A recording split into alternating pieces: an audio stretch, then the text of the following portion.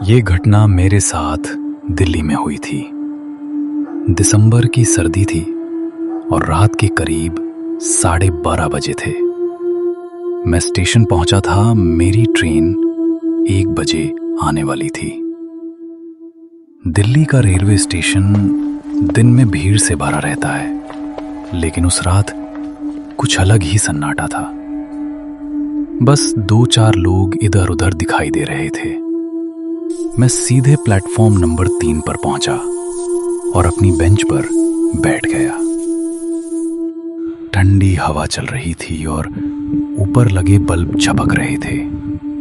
चारों तरफ इतना सन्नाटा था कि अपनी सांसों की आवाज तक साफ सुनाई दे रही थी।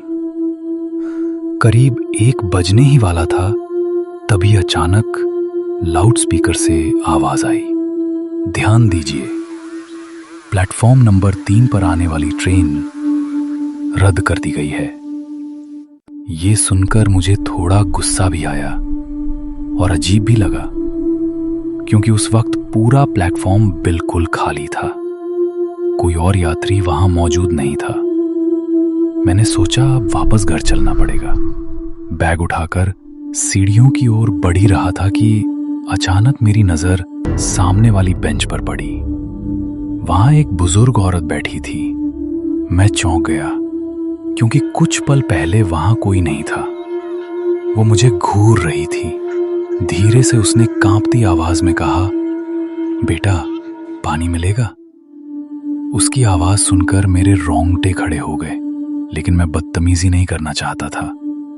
मैंने बैग से पानी की बोतल निकाली और उसकी ओर बढ़ाया, लेकिन जैसे ही मैंने बोतल उसके हाथ में दी, बोतल सीधी जमीन पर गिर गई। मैंने झुककर उठाने की कोशिश की और तभी मेरा दिल जोर जोर से धड़कने लगा। वो औरत वहां थी ही नहीं। बेंच खाली थी। मेरे हाथ कांप रहे थे। मैंने जल्दी से बोतल उठाई, लेकिन जैसे ही उस बोतल को देखा, मेरी आंखें फटी की फटी रह गईं। बोतल में पानी नहीं था। वो पूरा लाल रंग का तरल था, गाढ़ा चिपचिपा, जैसे खून हो। मेरे पैरों तले जमीन खिसक गई।